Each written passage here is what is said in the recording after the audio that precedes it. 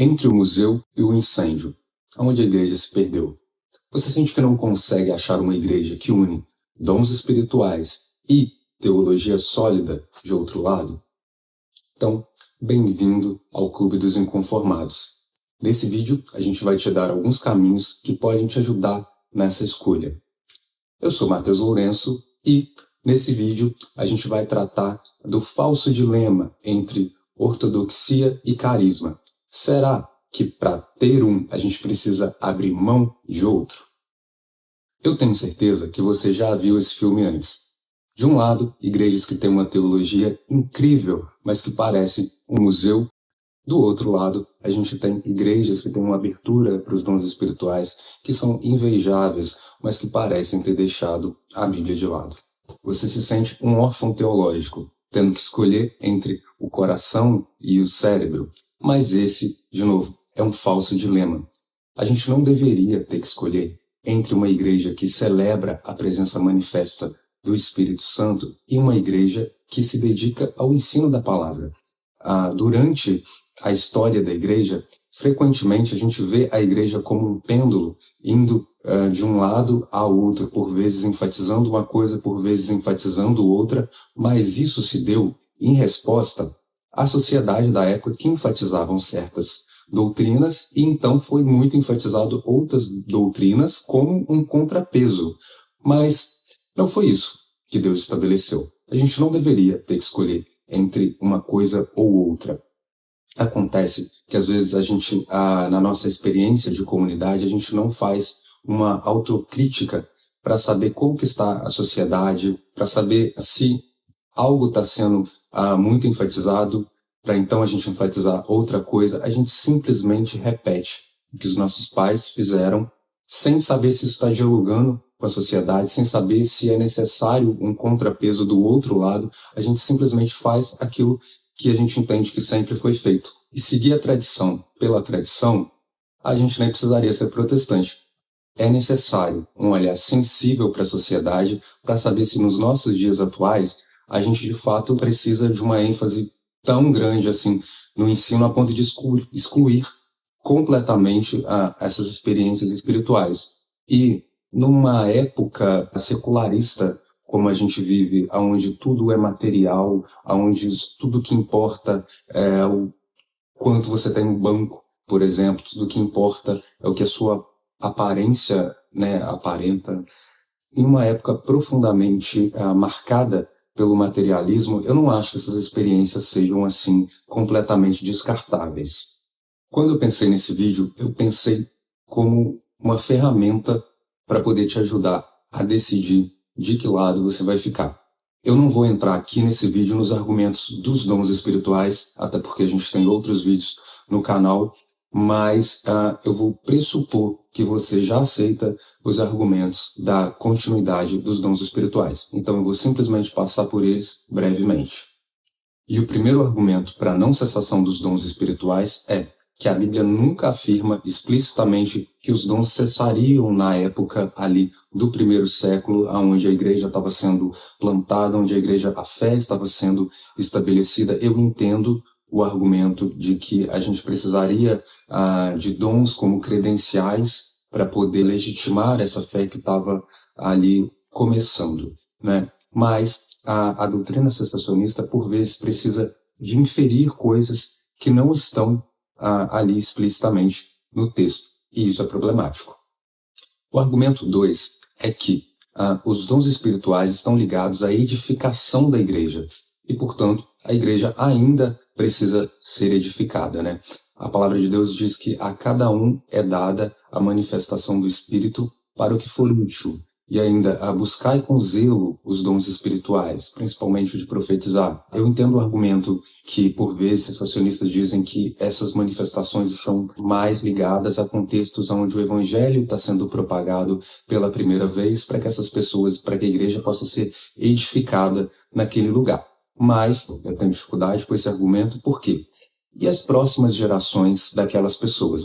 Por vezes, tudo bem, você prega ali para uma pessoa X, há manifestação dos dons, aquela pessoa crê no evangelho, mas e o filho daquela pessoa e os netos daquelas pessoas que por vezes não tiveram contato nenhum com essas manifestações, elas também não precisam ser edificadas? Então, para mim, de novo, esse é um argumento que eu acho problemático de o cessacionismo lidar. Um outro argumento clássico do cessacionismo é a ausência de evidências ao longo da história da Igreja. Mas é aquela coisa, é necessário dizer que a ausência de evidência não é por si uma evidência da ausência, de que não existiu absolutamente, apenas que supostamente não foram registrados tantos exemplos assim abundantes. Mas esse é um argumento falacioso, porque quando a gente estuda os pais da igreja, principalmente o período da patrística ali, você vê dons de diversas naturezas sendo manifestos. Então, eu acho que a gente também já superou, academicamente, a gente já superou esse argumento de ausência de evidência na história da igreja. E chegando mais perto da gente, a gente tem Martin Lloyd-Jones, a gente tem Charles Spurgeon, que criam profundamente nos dons espirituais.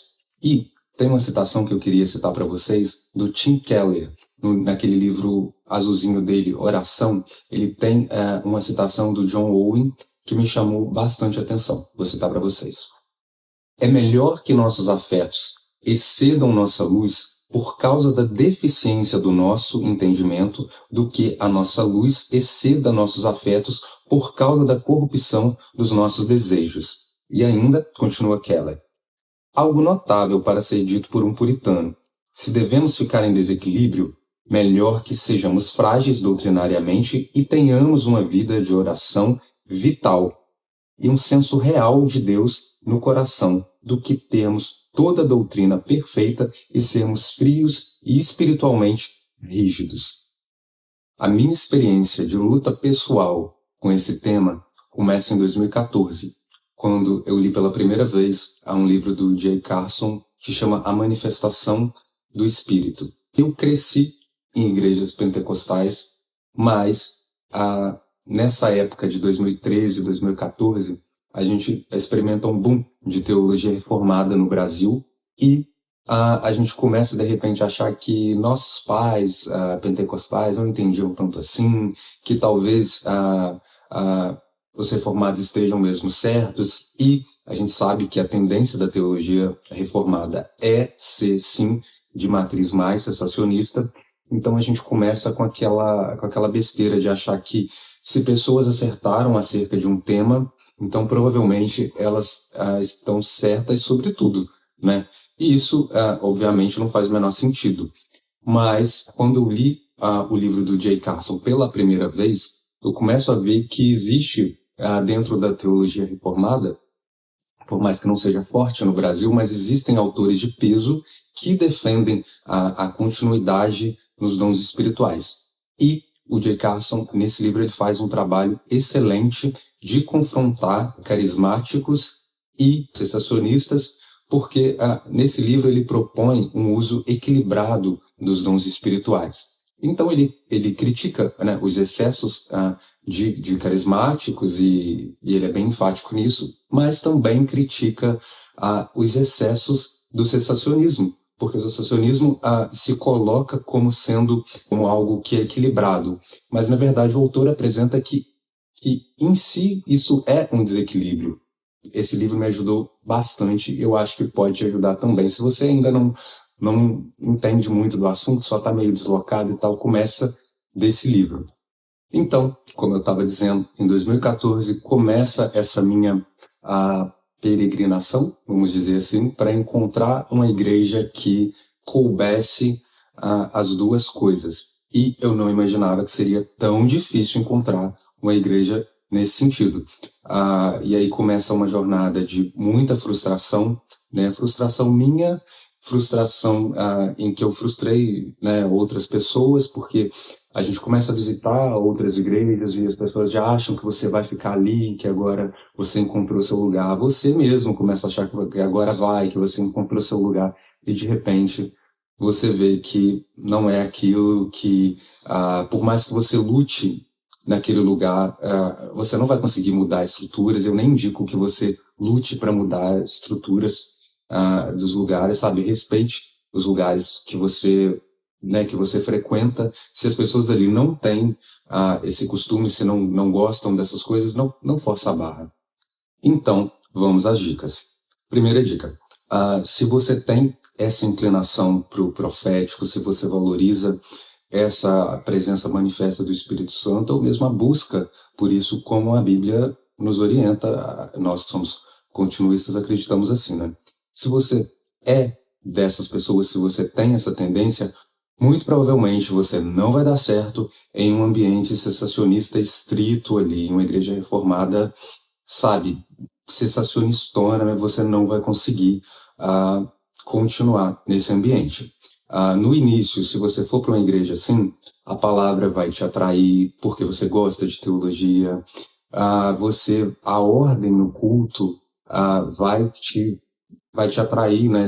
Principalmente se você vem de um ambiente pentecostal, você provavelmente vai ser muito atraído por essa sensação de ordem e de intelectualidade que existe na igreja. Mas, com o tempo, essa ordem e essa ênfase doutrinária vai ser sufocante para você e você não vai conseguir continuar em um lugar assim. Pela minha experiência nesse tipo de ambiente, quando a gente vai conversar com pessoas de lá sobre essa questão, vão dizer que é frescura da sua parte, vão dizer que, olha, se você não está feliz aqui, você pode procurar outro lugar e tal. É uma intelectualidade muito, muito fechada. Em muito da tradição reformada, há um verniz de intelectualidade muito forte, mas essa intelectualidade é uma intelectualidade que vai até a página 2. São pessoas que às vezes não conseguem pensar por si mesmas, e eu não estou dizendo que todo mundo que pensa diferente de mim não consegue pensar por si mesmo. Mas eu estou dizendo que, em muitos casos, é visível isso. Você percebe que essas pessoas não conseguem pensar criticamente, né? Esse é um problema que você provavelmente vai enfrentar em um ambiente mais rígido, mais cessacionista mesmo. Segunda dica. Muito provavelmente, você também não vai dar certo em um ambiente de pentecostalismo clássico. Embora pentecostais clássicos tenham um certo gosto por teologia, né? E tem melhorado muito essa questão nos últimos anos. A gente vê Gutierrez Siqueira, que é um cara que eu gosto pra caramba, e tem tentado mudar, né, a situação de igrejas pentecostais. Mas, na minha experiência nesse tipo de igreja, a gente vai chegar lá, a gente vai ver uma abertura para os dons, a gente vai ver, né, o louvor sendo mais legal e tal, mas é um ambiente que ainda luta profundamente contra o legalismo. Já melhorou bastante, a gente tem que admitir, mas ainda existe essa questão, e olha que eu não frequentei qualquer igreja pentecostal, né? Me dei o trabalho de escolher uma igreja que me parecia que não tinha essa questão, né, do legalismo, mas ainda é uma tentação. E eu acho que pentecostais têm muito que aprender com reformados, e assim como reformados, né, têm muito que aprender com pentecostais, mas há uma certa demonização. Não, demonização é uma palavra forte, né? Mas há um negocinho ali com a teologia reformada, há uma certa rixa, né, com a teologia reformada, de forma que pentecostais não leem muito material reformado, o que é uma pena, né, porque poderiam talvez melhorar pontualmente, por exemplo, essa questão do legalismo, embora haja também, né, muito material reformado sobre legalismo, eu imagino, mas é aquela coisa, se você se atém só à sua teologia, à sua tradição, fica muito difícil de você crescer, né, teologicamente, se você for isolacionista. E aí eu não sei também qual é a sua posição sobre batismo no Espírito Santo com evidência de línguas, né? No pentecostalismo clássico, essa não é uma regra que a galera vai querer ceder, né? Porque historicamente isso foi marcante, né, ali no movimento pentecostal. Então, se você não vê o batismo com o Espírito Santo dessa forma, se você tem uma visão mais carismática, né, acerca do batismo no Espírito Santo, que não é sensacionista, mas que também não é rígida quanto o pentecostalismo clássico, você provavelmente vai ter problema nesse lugar também. Então, acho que talvez não seria a melhor opção. Terceiro, eu já critiquei reformados aqui, já critiquei pentecostais, e agora eu vou criticar você. Para de ser tão perfeccionista, tá? Se você é uma pessoa que tem uma teologia mais voltada para a teologia reformada, muito provavelmente existe na sua cidade uma igreja que seja batista, que seja reformada, mas que não seja sensacionista, sabe, estrita mesmo. Mas essa igreja, os dons as manifestações espirituais de dons, assim, como profecia, não se dão com tanta naturalidade quanto acontece numa igreja pentecostal. E era isso que eu queria. Paciência, meu amigo, você não vai encontrar uma igreja, sabe, reformada, principalmente numa cidade média, né, que é onde eu moro, você não vai encontrar uma igreja assim. Então, assim, só de a sua igreja não ser sensacionista mesmo, sabe, só de você não ter que discutir a fragilidade do argumento sensacionista com pessoas da sua igreja, já é uma grande coisa, entendeu? Se você é uma pessoa mais arminiana e tal, provavelmente também você encontre uma igreja que na sua cidade, que embora talvez seja uma igreja pequena, que não seja, sabe, dessas grandes igrejas assim, que acredite, né, na continuidade dos dons espirituais, que exerça os dons espirituais e que não tenha essa ênfase forte assim no batismo com o Espírito Santo com evidência, né? Já que a gente está falando junto de pessoas que têm tendência mais à teologia carismática, né? Provavelmente você encontra igrejas assim, e arminianas também. Então, pode ser que haja ali uma deficiência, vamos dizer assim, no ensino. Não estou dizendo que é regra, tá? Que vai ter, pentecostal vai ter deficiência no ensino. Não, estou falando, às vezes tenha, mas se você acredita nessa continuidade dos dons, acredita no arminianismo, essa é uma opção para você, entendeu? Cenários perfeitos, pessoal, não vai existir. Não vai existir. A coisa vai ser meio desnivelada mesmo, ou para um lado ou para o outro. O nosso papel, enquanto pessoas que não querem abrir mão de nada, é encontrar um lugar que seja menos desnivelado, mas um nível de desnivelamento, caramba, um nível de desnivelamento vai ter. Então, assim, ou para um lado ou para o outro. O seu papel é achar o menos desnivelado. Em quarto lugar, você chegando nessa nova igreja, eu diria para você não se acomodar muito ao modo em que aquela igreja faz as coisas, sabe? Se é uma igreja que não enfatiza, como eu disse aqui, muito ali o ensino, mas ainda tem um ensino razoável, ainda tem um ensino ok, vai por você mesmo, sabe? Vai buscando, vai estudando teologia, às vezes não focam tanto em soteriologia lá, mas é uma questão para você. Então busca livros, sabe, reformados, busca livros em outros lugares e vai ler e vai estudar.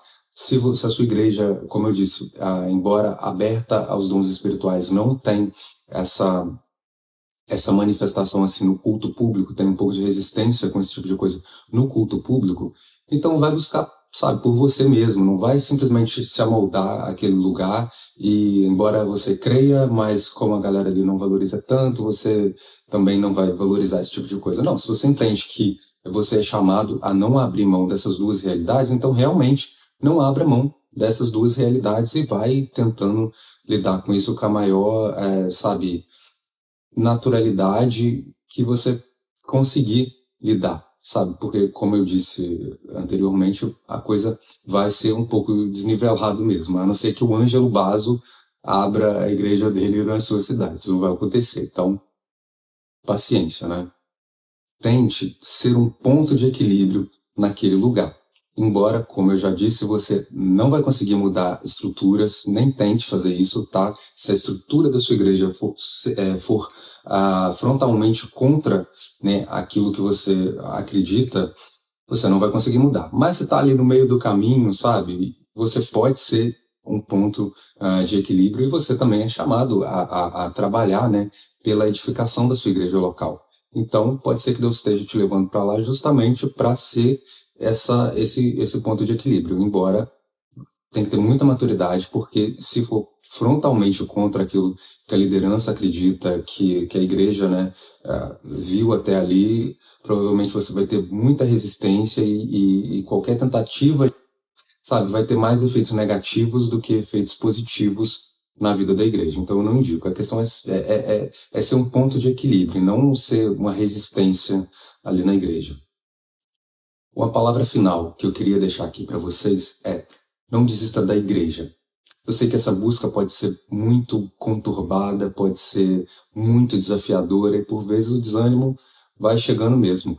Mas assim, você não está sozinho, existem muitos outros inconformados como você e a busca vale a pena.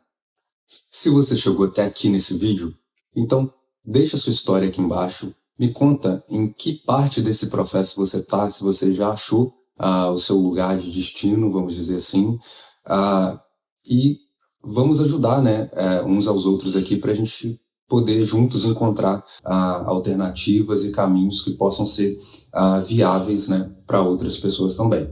Então, se você achou que o vídeo pode ajudar outras pessoas, se inscreva no canal, deixe o seu gostei, que o YouTube assim entrega o vídeo para outras pessoas. E a gente se vê em um próximo vídeo.